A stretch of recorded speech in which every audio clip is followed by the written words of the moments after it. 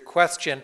Anyone who wants to buy or sell Bitcoin here, there are several people I know who have asked me about that, who would be interested in that. So if you have some Bitcoin, you want some dirhams or dollars or reals for, or if you want to buy 100 dirhams worth or 100,000 dirhams worth, there are people here who there are several people who are always happy to do those kind of trades. So for some people, especially in a market like this where it's not super easy yet, there may be people who say, yeah, I have some cash in my pocket, I want to buy some Bitcoin. So let me know, or ask around. There's plenty of people who will do those transactions for you, do some sort of live trading. Also, our friend from the Bitcoin Foundation is here. Where are you? There you go. Right there. Go ahead, stand up for a sec. From Bitcoin Foundation, and which is a great organization, by the way. I'm with the Bitcoin Association, which isn't in competition at all. I'm actually active with the foundation. Bitcoin Association is a industry group that is sort of decentralized, but I'm active in the foundation. I'm actually considering running for the elections, which are coming up. They have some board seats that are open. So if you're a member and I do become nominated and run, please consider that. If you're not a member, you ought to join. You ought to join both the Bitcoin Association and the foundation. Foundation is only I think it's only $30 a year or something like that. No more? 25. 250 lifetime. So do the lifetime now, because I can't imagine it's going to stay that low. That's a very good deal to do that. Or if you're on a budget, do $25. That means there's really no excuse to not do that. And you're also doing something good, because I think all of these organizations in this space are doing good things. Speaking of which, one of the organizations it's Texas Bitcoin Alliance. Is that right?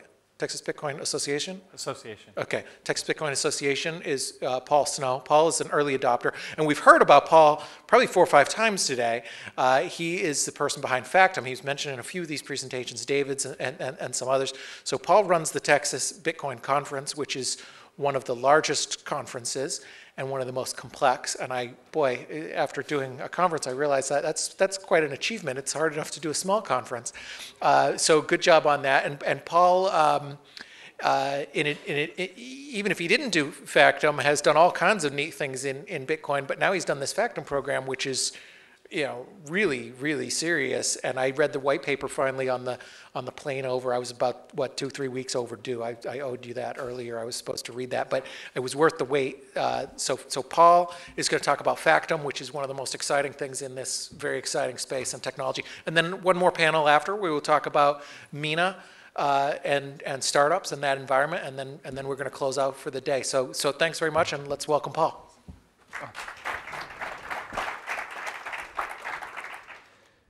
Let's check. You can hear me, I think. Can you hear me? All right. And if I press this, it'll go that way and this. Okay. So we're good. Y'all, I want to give Bruce a bit of thanks for putting on this event. He mortgaged off his life and put his lifeblood into this conference, and this is like the epitome and pivotal moment in his life. If this isn't a success, he will be depressed for years and years to follow. So I want everybody to give him a hand, and we want to support him and let him know. This is one of these events that we're all going to remember. And actually, that's not a joke. I really am enjoying this conference, and I really do appreciate you putting this on. I'm going to give 2 talks because I was given an hour, and I don't like long talks, but I don't want to give up my time because I'm selfish. And so we're going to do 2 talks. My first talk is about getting towards decentralization. Decentralization is a great, big, long, scary, horrible, terrible word. A lot of people, when they hear decentralization, they think of anarchists with pitchforks and, generally speaking, piercing paper dollars and screaming and yelling. Decentralization is actually something that's a process that's been going on forever. And there have been a few pivotal moments. The question is, why centralization? I mean, before we can talk about decentralization, we have to understand why we had centralization. Centralization has been there so that we can do big things. If something to be done, like building a pyramid or a Great Wall of China, is to be done, you need a centralized authority, or you did in the ancient world, need a centralized authority that could manage the project through lifetimes and lifetimes across a large number of people with a lot of resources. You had to pay the guys with the whips to whip the people you didn't have to pay. And you had to feed them whether you paid them or not. And so there was all these problems that had to be solved. And the only way you can solve problems is through some sort of centralization. At least that's the way it's always been. And but there's a problem. There are two major ways humanity has centralized efforts. We've centralized them with religion, and we've centralized them with government in one form or another. Okay? There's a problem that governments have with each other. They don't like the other guy. And there's a problem with religion. They tend to not like the other guy either, you know? So you can do great things within one of these organizations, but cooperation was harder. So we came up with this new idea. What if you organized efforts, but you took the government and religion out of it? Well, that's called corporation. Corporation generally isn't a religion unless you're Apple. It's not, necessarily a government unless you're, communist country or something. The bottom line is the idea of corporations is to create a mechanism, an organization to carry on a project that's bigger than the individuals, bigger than the fact that people live and they grow old and they retire, and that sort of thing. Continuity requires organization, requires some sort of centralization, but we got to take the emotion out of it if we're going to cooperate across religious barriers and across governmental barriers. Okay, and there's a reason there are boats here. The original corporations were all about trade, to India and various places, and because you have to cross those lines to do international trade, and they rose in the 1600s.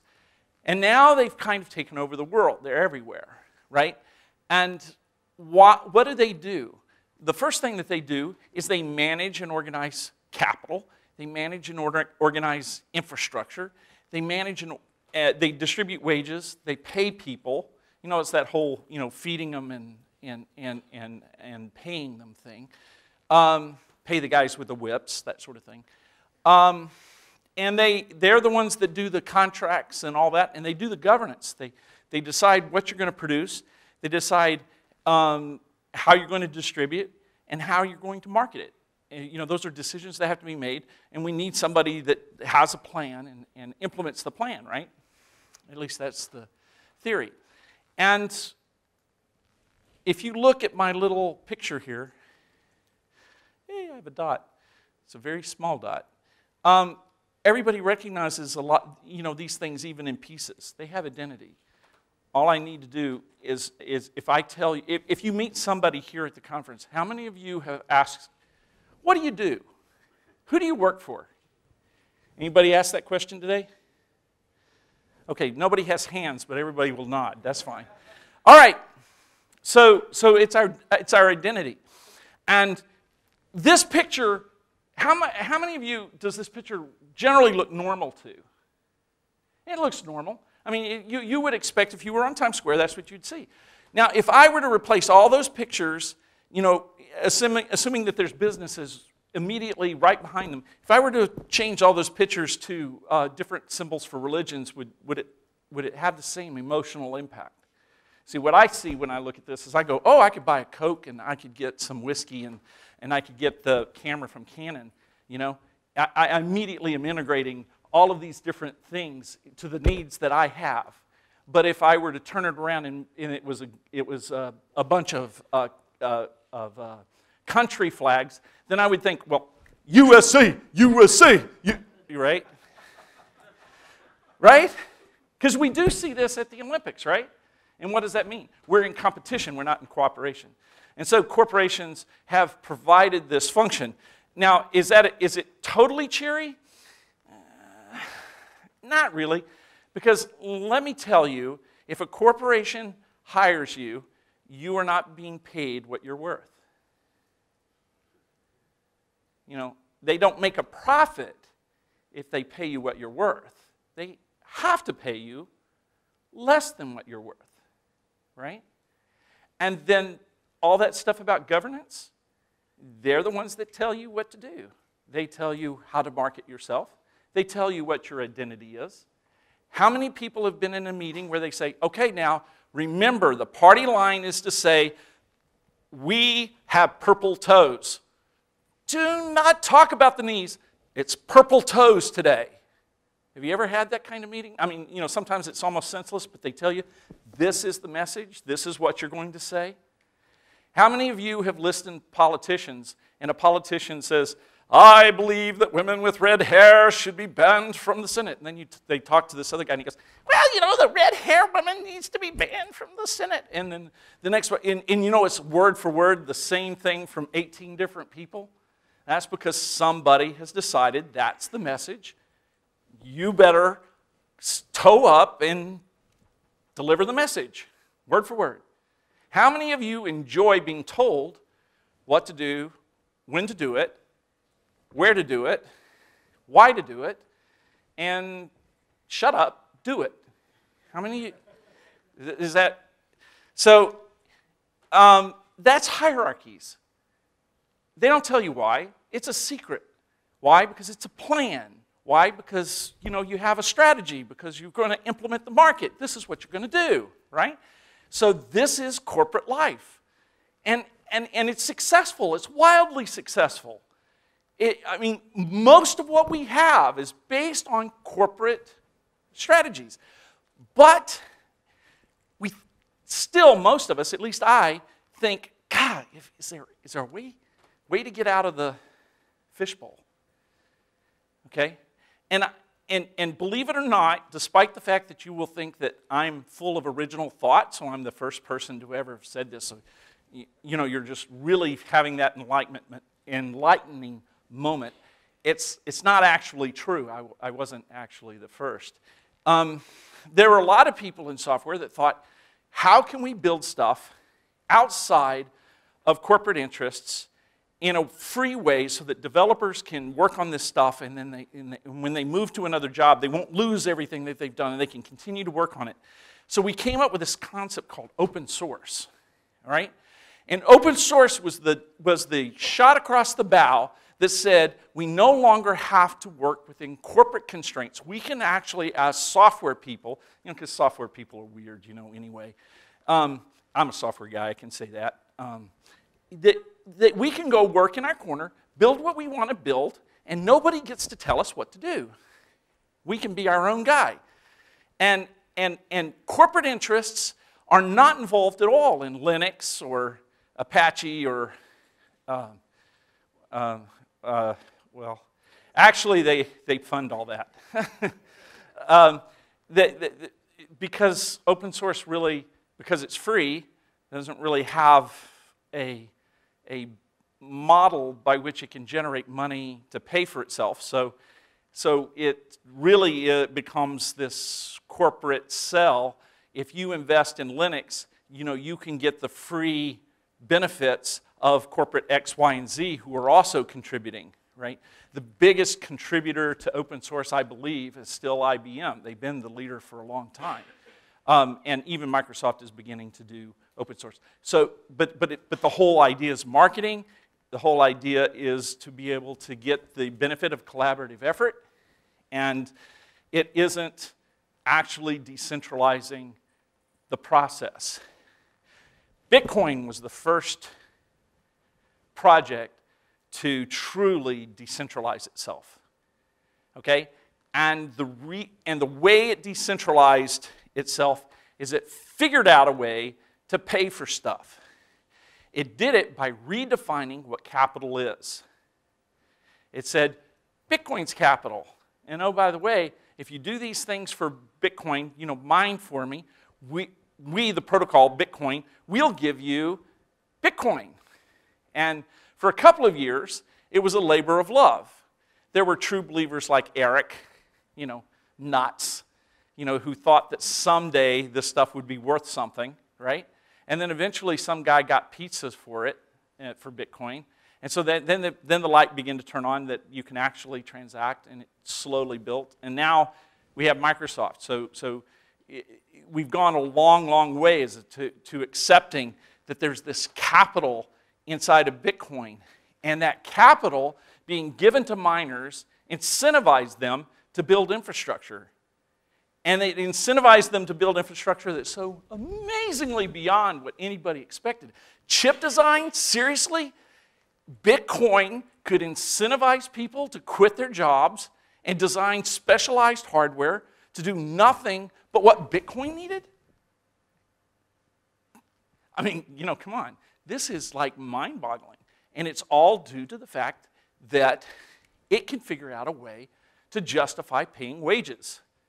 Now, most of those wages are being paid from little centralized efforts, all sitting on top of the decentralized, distributed application. Exactly the opposite of what happened with open source, which is little projects that sit on top of corporate foundations.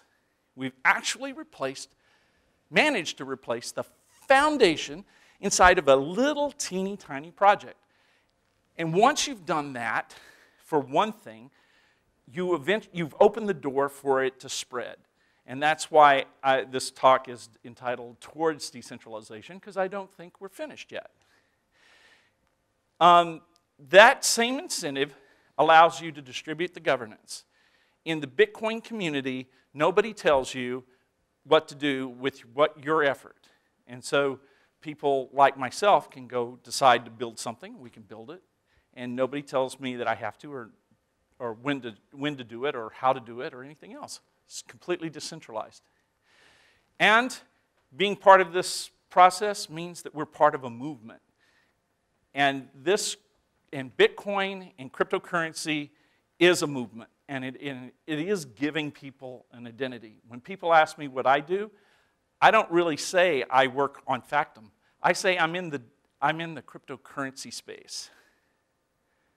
I'm involved in decentralizing applications, decentralizing business processes. I'm involved in making the world more honest. One of the things that I like to say is that honesty is subversive.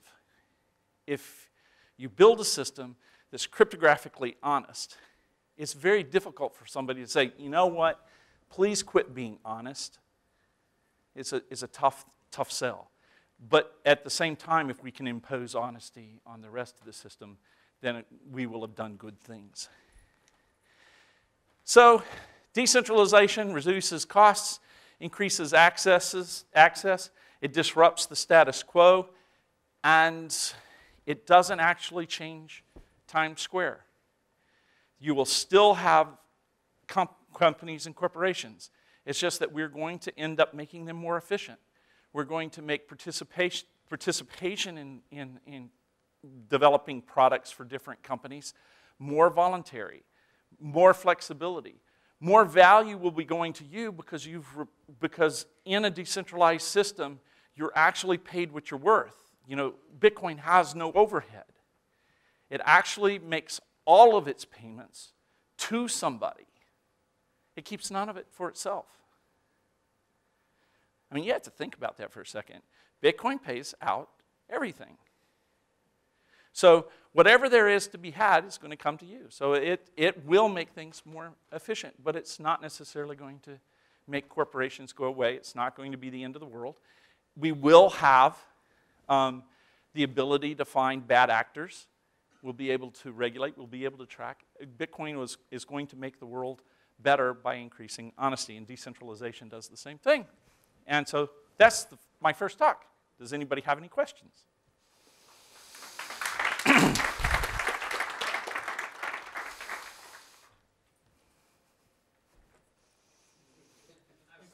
Yes. You talked about distributed or decentralized technology and its impact on governance, Mm-hmm. Particularly for honesty.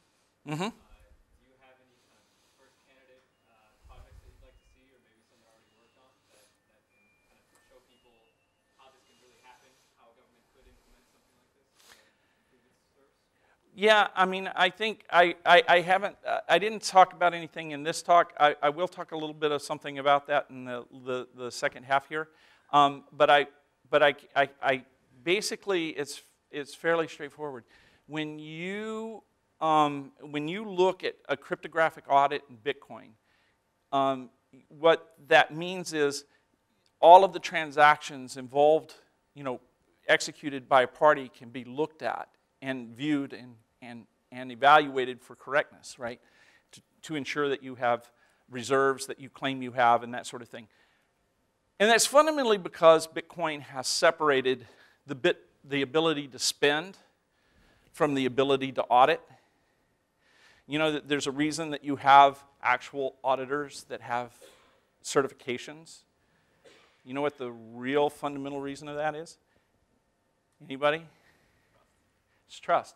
And it's because if you let the auditor into your computer system with the terminal, with his fingers on the keys, he can actually spend if he wants to. You can't just let anybody in your computer system because he can make modifications. But we distribute the ledger for Bitcoin worldwide because we've distributed security. Everyone's responsible for their own little piece of security, but that security, the way it's implemented, allows complete access to the ledger without any access to spend. And so if we can move business processes from traditional banking practices to open distributed security-based practices, you can actually create audit trails where there are no audit trails today. And with those audit trails, you can improve honesty in keeping government more honest, keeping banking and finance more honest, keeping everyone more honest. Yes? You told us that actual decentralization started after Bitcoin. What about file transfer protocols, Tor networks, and other projects before? Peer-to-peer projects? Well, what my actual contention is, or what I intended to say, but I probably didn't say clearly, is that the original solution was centralization, and that actually corporations, if you look at it, are a way of decentralizing. It decentralizes by removing emotional components that prevent cooperation, right? So instead of a government and a religion that a person has to have allegiance to and work within, you now have the ability to work within your government and your religion and a corporation, and then as a consumer, other corporations. So corporations actually represent a step towards decentralization. And then the next step, I believe, to be open source, and then the next step, I believe, is Bitcoin. Sorry, I'm sorry that wasn't clear. Does that make sense to you? Yes. Okay. I have one more thing. Sure. The main challenge of decentralization. Yes. What is the main challenges for decentralization? The principle, there are two principal problems with decentralization. You can't truly decentralize unless, well, maybe three. You have to decentralize information, okay? And with open source, the information is the source code. You have to decentralize payments, and that's what Bitcoin does.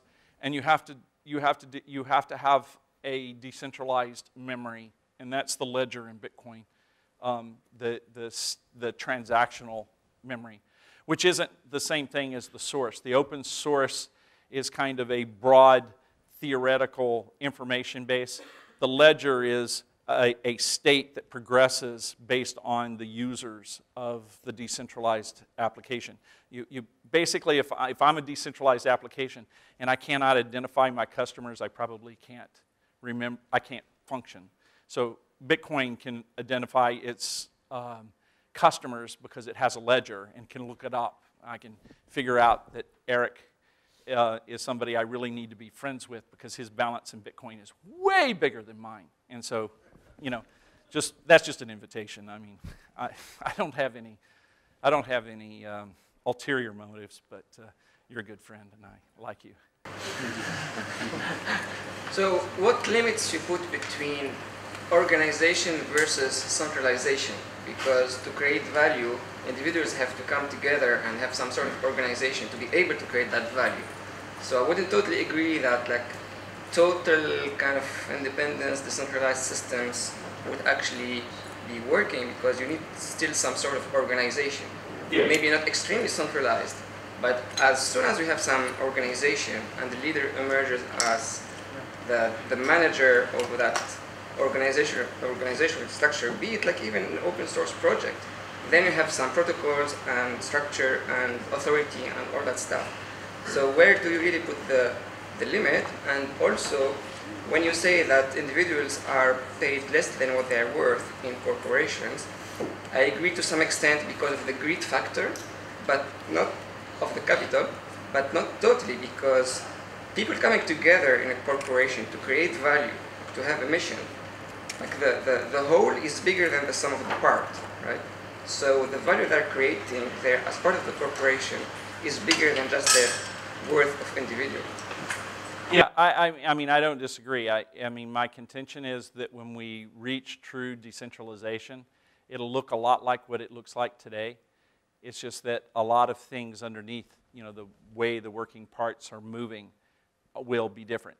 There's a certain amount that we should pay or give up to contribute to an organization to enable it to pay back to us. But let me put it this way. We are in the most productive generation that's ever existed on this earth due to automation and technology and hard work, better business practices, better education, right?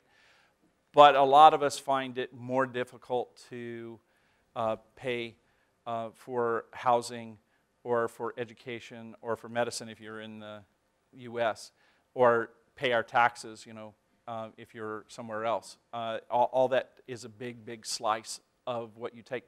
A lot of us feel more stressed about making ends meet today than we ever did, and it shouldn't be so if we're that productive. And the reason, the reason that we're in the state that we're in is insidious, and it's a whole nother talk that I don't have in my slides about how horrible and terrible inflation is. And anyone who wants to stay up till about 3 in the morning listening to somebody rant as he jumps up and down on a soapbox, just look me up. I seem to be someone who is compelled to do this, and I certainly will do so. But the bottom line is that I believe that what happens with inflation is, the short answer, what happens with inflation is we're all convinced that we're getting a raise when we get a 5% raise, but the real damage to the monetary supply is much greater than we think, and so we end up being fooled into accepting a pay cut year after year after year, and that's been happening to one degree at one rate or another in all countries. And so the majority of the people, 99%, 99.9%, have actually lost buying power in their wages and in their savings to the point that it's a problem. And I'm not going to say that corporations are at fault, because corporations are just organizations of people trying to do what they do, which is deliver goods and services at the lowest cost possible. But subtracting honesty from the system so people can't actually evaluate what the value of their wages are tends to, over time, make the population make bad decisions. And even if I think I'm worth a ton more than the next guy, I have no leverage, because the majority of the people have been convinced that the salary should be here, and I can't come in and just fix it for me. We need a systematic fix.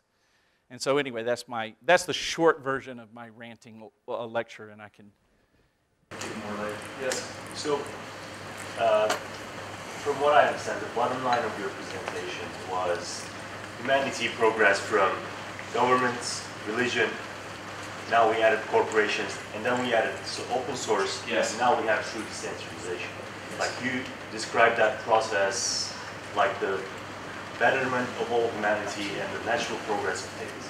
Yes. However, we do know from a lot of examples, including mining, that centralization is sometimes more efficient. Yes. So in every Bitcoin conference I go to, the last one I went to, someone said anything that can be decentralized will be decentralized, and I asked them, do you think it should be decentralized? And I'm going to ask you the same question. Even though you know that there are examples of inefficiencies in decentralized systems, why do you present it as the holy grail of something that will be better for the entire human race? Well, I think I believe that my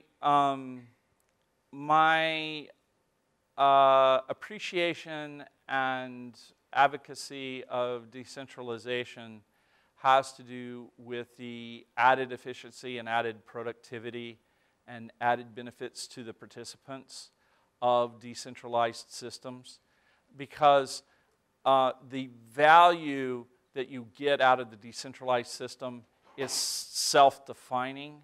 So without getting into a lot of the architecture of decentralized systems, if the value of storage is the files that you can save, like Dropbox, and then and the value being paid out to the individuals participating is based on that, and the value in MadeSafe is document archival, and they're being paid out in that, and different applications. As that model grows, the pay that you're getting is based off the value of the service without a lot of overhead, without a lot of corporate overhead, a lot of legal overhead, and a lot of other overheads that normal corporations would have to pay for.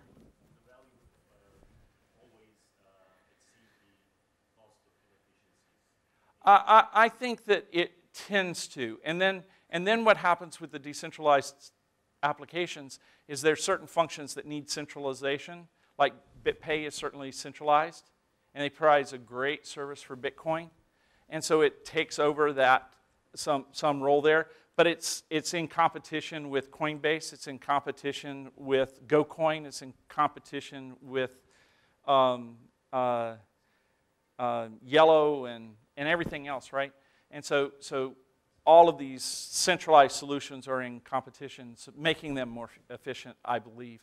So I don't think that decentralization actually looks any different, which was my last slide, right? Because I think that centralization works for certain things, and but decentralization makes the whole process a little more fair, I think. I just had a comment about this discussion, we're very much involved in Bitcoin right here, but there's also a whole other discussion in other circles regarding decentralizing organizations and decentralizing companies. And we're still early in the information age, and people are learning the types of things that are possible. Other than open source, there's a lot of other ways that companies with a very different than open source, but still very interested in kind of distributing the power. And I think that's also one of the advantages of decentralization is distribution of power and making it more fair. But there's I don't think that I don't think that Bitcoin and that general trend will affect everyone. Today, if you look at organizations, you'll find they color code them. People in organizational behavior color code organizations, and there's the government type of organization, there's the mafia type of organization, there is the Google type of organization. There's new types of organizations that are happening, and they're all happening in parallel. It's just that I think that with this new trend, we're just going to have a new kind of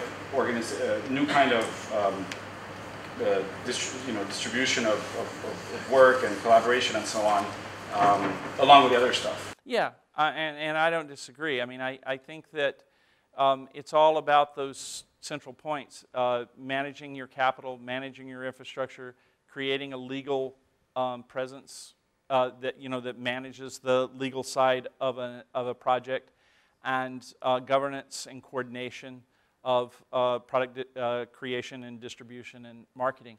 And in as much as the distributed application can incentivize people to perform those functions, your decentralized application will be successful. And it will replace certain components that are currently centralized. You know, the bottom line is centralization is really, really good, but it was there because you need to do those things, the capital and the management of the infrastructure and so forth. And so if we can create alternatives that makes that happen in smaller, more competitive chunks, then it's better for everybody involved. I don't know if that relates to what you were saying or not, but that's my shot at it. All right, let me give you my second talk. How's that? I want to talk about Factom and what I've been doing over there. This says it's test because actually I was going to do this tomorrow and I haven't completely finished my slides, so there you go. I want to warn that to you as up front because I was going to do so much work tonight. So anyway, so what is Factom? Factom is about looking at the blockchain. There's been a lot of criticism about Bitcoin. You know, the blockchain is really, really great, but, you know, we don't like the currency. You know, the author recently has been running around CNN making these statements in the US. I don't know if you've heard him or not. I can't even remember his name.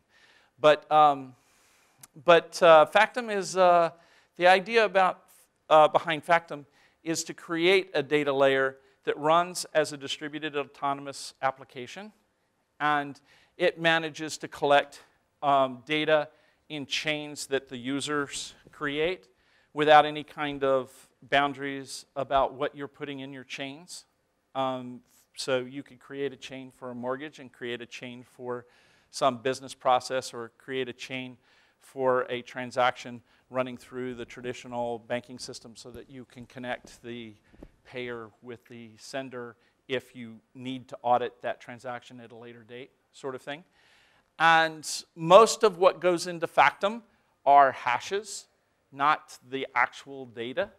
So it's about creating an audit trail and creating and securing the data. But with a Factom chain with the proper hashes, you could get the data from, let's say, drug lords out of Mexico or terrorists out of the deepest, darkest corner of Austin, Texas. And you know, because it's a dangerous place. You could still trust it because if the hash matches, the data had to be that data, right? And so it means that you now can manage your data streams in much more flexible ways and still maintain authentication and validity of the data, okay? And the way we do that is we collect the data and we use a consensus algorithm to inform everybody in real time that we've collected the data and we've achieved this certain order. And then every so often we drop an anchor down into Bitcoin. Every 10 minutes we drop an anchor, a single hash into Bitcoin that basically locks everything we've ever put into Factom. So every 10 minutes we add another lock. Now that sounds a little like, you know, the blockchain, right? So we do that proof of work and we lock down essentially a block of transactions. And then we include that hash into the next block and we do the same thing over again. So it ends up looking like those Russian nesting dolls where we put a lock and then we put that inside of another doll and we lock that one down and we put the next one on, we lock that one down and so forth. Factom's doing that same trick, but the security actually runs vertically. So this lock here would secure all this data, and this lock here would secure all this data.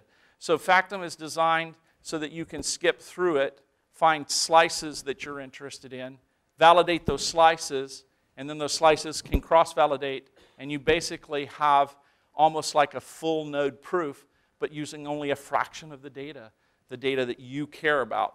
And all you need is the Bitcoin blockchain and the slices of the data. With this, you can create chains that back up title records. You could do legal applications, financial apps, medical records. You could do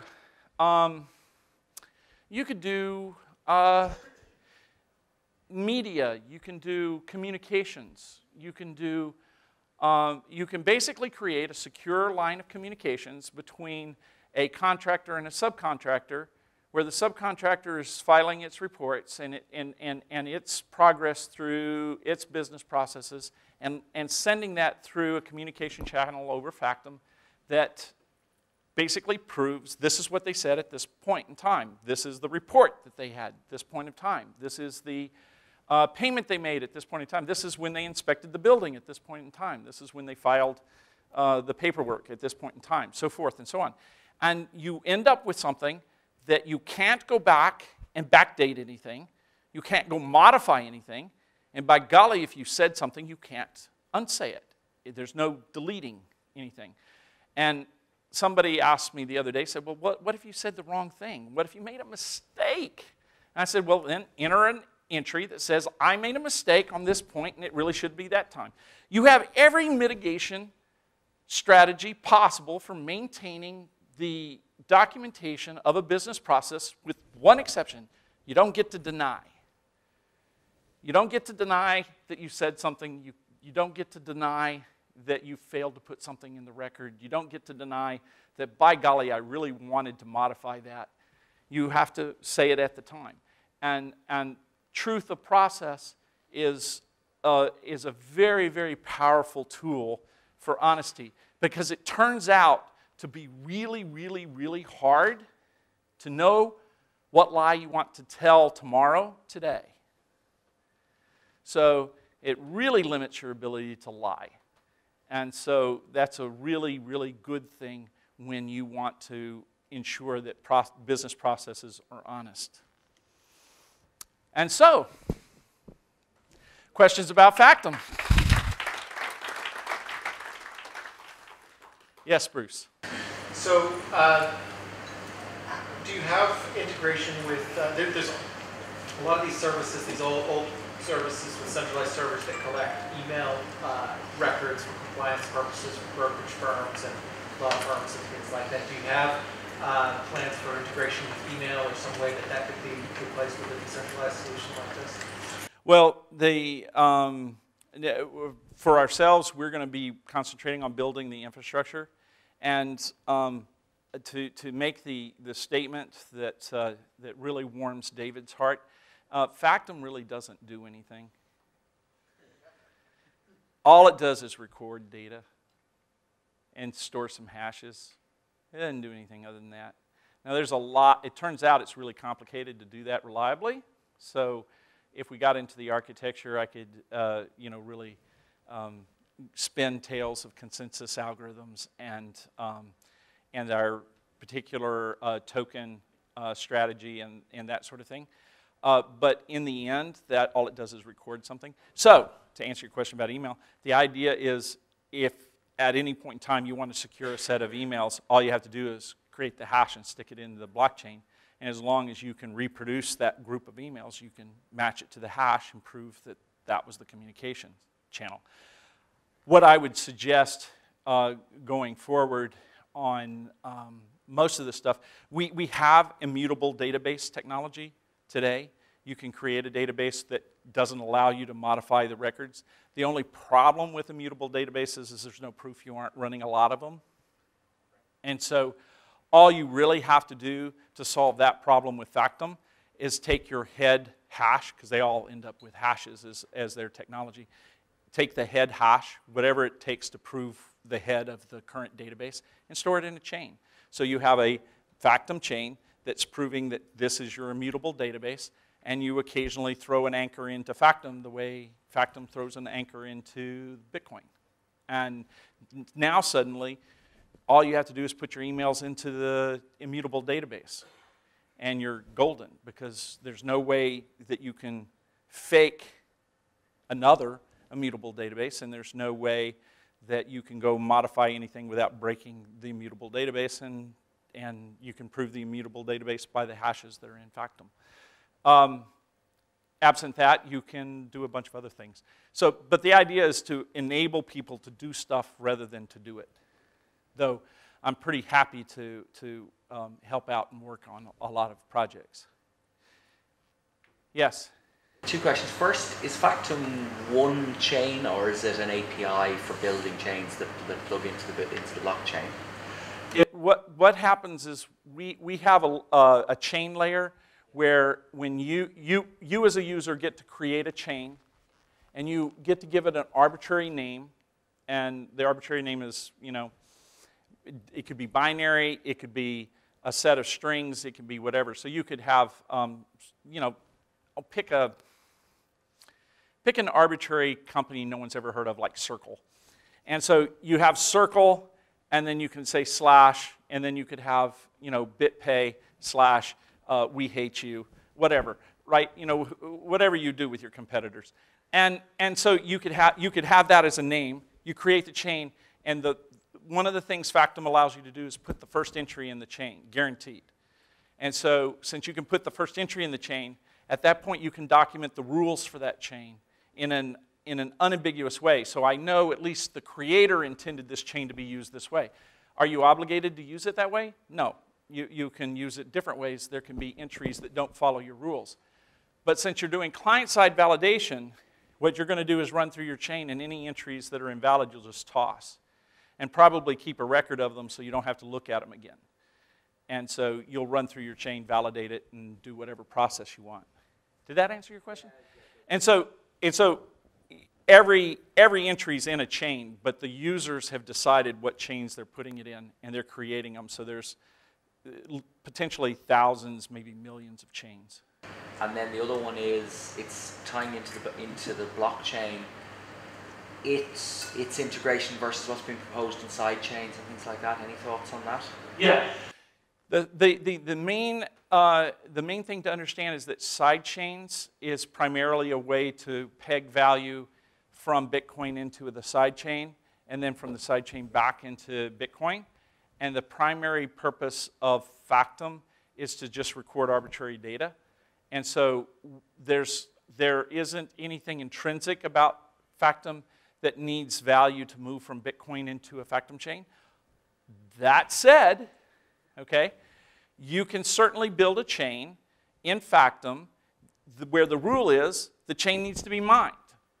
And then you can have the blocks that are recorded into Factom, and then you can create the side chain protocol, and you can certainly then move value from Bitcoin through the side chains into Factom, do a bunch of transactions, and then the miners would authorize the value back into Bitcoin, and you'd be golden. So we're compatible with side chains, but we're not side chains. So slightly technical question, how does Factom handle orphaned blocks, which would mean, I guess, orphaned anchors? Yeah. The way Bitcoin handles orphaned anchors, if the anchors disappear, then we resubmit them. And we're submitting them every 10 minutes, and anyone watching the blockchain will see the submissions of the anchors. And so if the anchor doesn't make it into the blockchain for some reason, and it's one of the very few transactions that just doesn't happen, then we just redo it, retry it. Yeah, you send another one. Well, we promise to record the hashes every 10 minutes, whether it takes us 20 or 30 minutes to get it into the blockchain or not. In our tests, we don't have any problem with it. There are parties in the Bitcoin world that advocate censoring op returns, which is where we're putting our anchors. And so if those parties became prevalent, then we might have trouble getting our anchors into the blockchain. But I actually, after talking to so many Bitcoin developers, core devs, I don't believe that's actually going to be a problem. And so the reason that I want every anchor into the blockchain is so if I come back to this picture, even though it's showing these anchors being nice and neat and orderly, if they got crossed and mixed up, I still have vertical proofs of data that's in Factom with a hash that's in the blockchain. So I want to get those anchors in, even if it takes me a while. Yes, sir. Are there any efforts, or do you know of any efforts that are going into the archival parts of the stuff? So obviously, to me at least, it seems a good partnering to do the archival access and then have the validation done at the Factom layer. Yeah, there's some talk about using MagSafe and StoreJ as archival services, and there's some thoughts running around in my head about implementations of alternative archival services. So I think there would be a great market for archival services to sit on top of Factom. They would probably be used in conjunction with encryption unless the documents are intended to be public. Can you just walk us through a use case like mortgages? Yes, I can. One of the classic discussions we have about Factom is how you could use it to avoid the Bank of America snafu of mortgage robo-signing and irresponsible foreclosures. And for those of you that missed the $17 billion that Bank of America was fined for mishandling mortgages, the problem was mortgages are traded, it became these things that you trade in mortgage-backed securities, and they bounced from owner to owner, and occasionally the owners would change the managers of the loans, and so the loans would move from one institution to the next. And then we had this little thing called 2008, the Great Recession, which acted like, you know, my picture of this, I'm sorry, I just have to do this, because you have to have a nice, violent picture to really feel, you know, get in the mood. And so you're in World War I, and it's a bunch of trench guys in trench warfare with the little funny hats, right? And their guns, and there's a mortar, and it blows out those companies, and it blows out those companies, and you know, each one of these guys is a company, right? So they're getting blown out, and there's little bodies laying around everywhere. And so all these systems of record that just prior to the mortar attack were very confidently and capable of transmitting the system of record from one soldier to the next, all the way down the line. Suddenly, systems of record are missing. And once they're missing, they're missing. And so Bank of America gets Countrywide, and Countrywide has either not collected the data or, you know, was relying on systems of record to continue to exist or whatever. And they basically got these records that looked like you had not used mothballs, you had used moths to pack your sweaters. You know, you pick it up and it's just got a bunch of holes in it. So their creative idea is to say, oh, well, if I have no record of any payments, they must have not made them. And they started foreclosing on people, right? And then that turned out to be a bad idea because you foreclose on enough people and you can go to the law and the law can get mad at you and fine you. Well, with Factom, the idea is when you create all of these documents like the mortgage, the contracts, the letters to the consumer, the statements that detail their payments. As you get these and generate these documents, you store a hash in a mortgage, in a Factom chain that's associated with that mortgage, and you just carry that Factom chain from one party to the next as the ownership of the mortgage moves on. And each guy goes, do I have that? I got it all? Good, thank you. And then the next guy goes, I got that. Good, thank you. And then the next guy goes, I got that. Hey. And then the other guy goes, and the guy goes, hey! And the other guy goes, oh, here you go. And the guy checks it and goes, eh! He goes, oh, well, one more time. Oh, this is it. Oh, there you go. Good. And if you can maintain the grunts and the groans, because we're all guys, you know, that's what we do. The grunts and the groans all the way through, at the end you have all the documents. They all validate against the Factom chain. You don't lose the records. And the last system of record is not having to attest to the validity of the data that it has. All it has to do is show that it came from the people that, the companies that produced it. which is what the systems of record were for in the first place. That's why you were querying them, was because you wanted the responsibility to stay with the companies that issued the records, right? Now you're doing that, but you're also able to preserve the records, and even if companies are missing, you can still prove it. And then that would have avoided the whole mess, and you would have been okay. So that's my take on mortgages. Yes? What's your current state of development?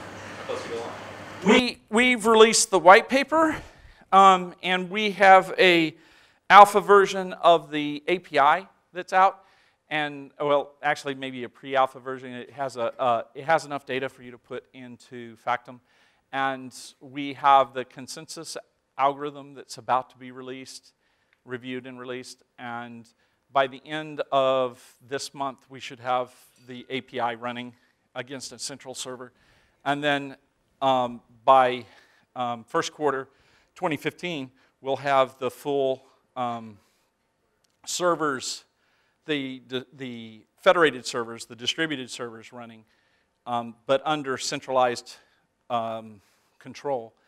And then as soon as the federated servers are running and the node network is up, then all the nodes will begin to vote, and all the federated servers will have an initial vote from us, and we'll be recruiting from, say, mining pools and other people that have experience in doing this sort of thing.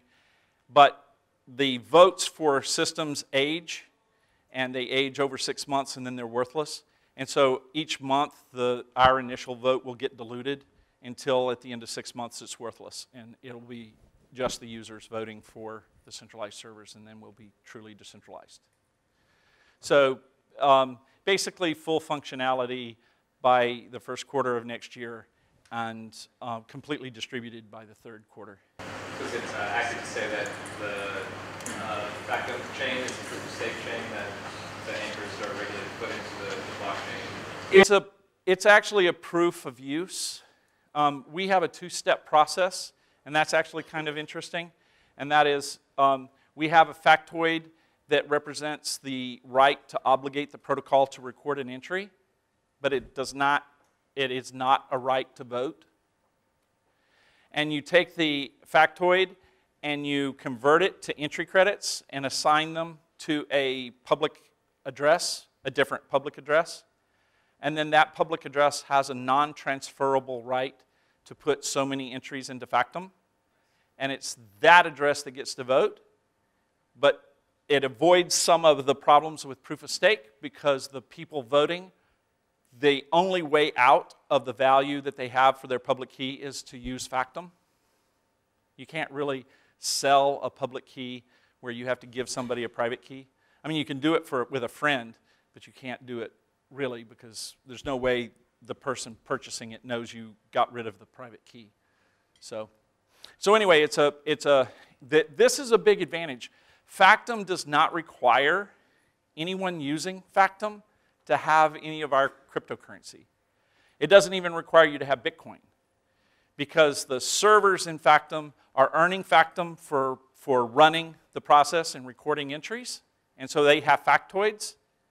That's our coin. It's a factoid. Isn't that cute? Anyway, so it has the factoids, and a bank can come to one of these servers and say, I would like to have 100 credits. Here's my credit card. And the server can burn some of its factoids, or actually return the factoids to the protocol and assign entry credits to the bank's public key. And then the bank just uses that public key. So from the bank's perspective, he comes and he says, here's my credit card, here's my public key, I would like 100 entries. Thank you. And he takes his public key, puts it in his configuration file for his app, and his app just goes boom, boom, boom, boom, boom, boom, boom, and then it's empty. So he goes and buys some more entry credits, assigns it to the public key, and then the app continues to run. Notice he never had a wallet. He never had a cryptocurrency. There's no money service business risk here. There's no money transfer business here because the server only talks to the protocol, and the protocol talks to the server, and the only thing that the server's selling to the bank is the right to use software, very clearly and legally, the right to use software, no different than that silly code that Microsoft, who, by the way, I love Microsoft, okay? that Microsoft puts on their software, right? The 16 thing that you have to type in, or 20 or whatever number of characters. It's no different. You get to type that in, your software works for 3 months or whatever, and then it quits and you have to go buy some more. So anyway, that's the design. The whole purpose of Factom is to provide pure blockchain technology to any app that just needs a secure, immutable chain of events documented.